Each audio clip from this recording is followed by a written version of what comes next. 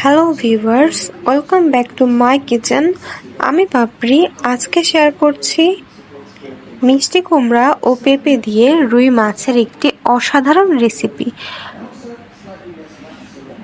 এখানে আমি 6 পিস রুই মাছ লবণ হলুদ দিয়ে মেখে রেখেছিলাম, আর এখানে পেঁপে ও কুমড়া কেটে রেখেছি। কড়াই থেকে ধোয়া উঠতে শুরু করে দিয়েছে। এই পর্যায়ে একে একে মাছের টুকরোগুলিকে দিয়ে দিয়েছি। একটা সাইড ভাজা হয়ে গেলে উল্টে দিচ্ছি। এভাবে লালচে করে দুইটা সাইড ভেজে মাছের টুকরোগুলিকে তুলে নিচ্ছি।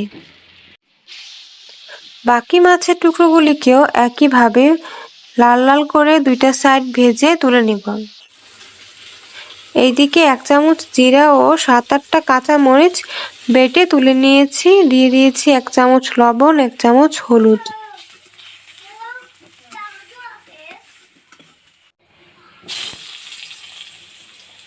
এবারে মিষ্টি কুমড়ের টুকরোগুলিকে লাল লাল করে ভেজে নিচ্ছি।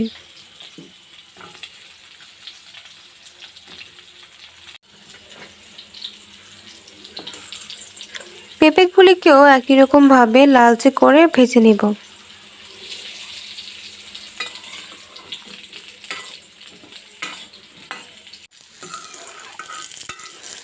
ভাজা হয়ে গেছে, কুমড়োগুলিকে তুলে নিচ্ছি।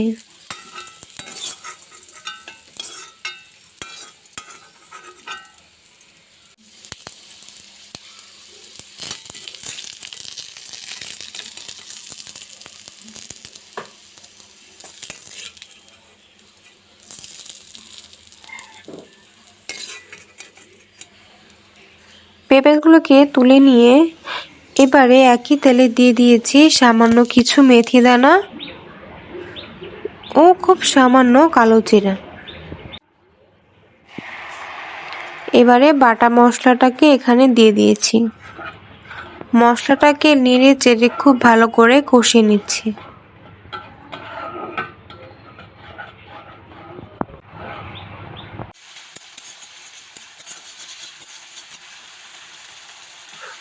মশলা থেকে তেলটা ছেড়ে দিয়েছে। এই পর্যায়ে ভেজে রাখা পেঁপে ও মিষ্টি কুমড়োগুলিকে এর মধ্যে দিয়ে দিয়েছি। মশলার সাথে সবকিছুকে আরো কয়েকবার ভালো করে নেড়ে চেড়ে কষিয়ে নিচ্ছি।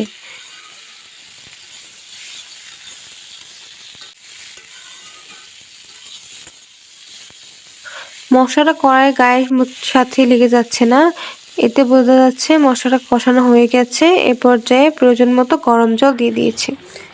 চুলার আঁচটাকে বাড়িয়ে জলটা ফুটে উঠেছে। এ পর্যায়ে মাছের টুকরোগুলিকে দিয়ে দিলাম।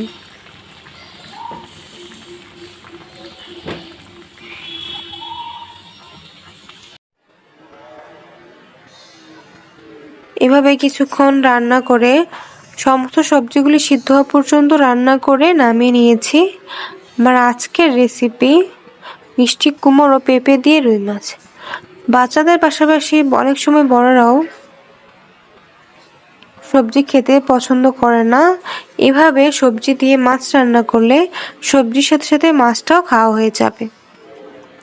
আজকে এ পর্যন্তই বিদায় নিচ্ছি। দেখা হবে অন্য কোনো রেসিপির সাথে। ধন্যবাদ।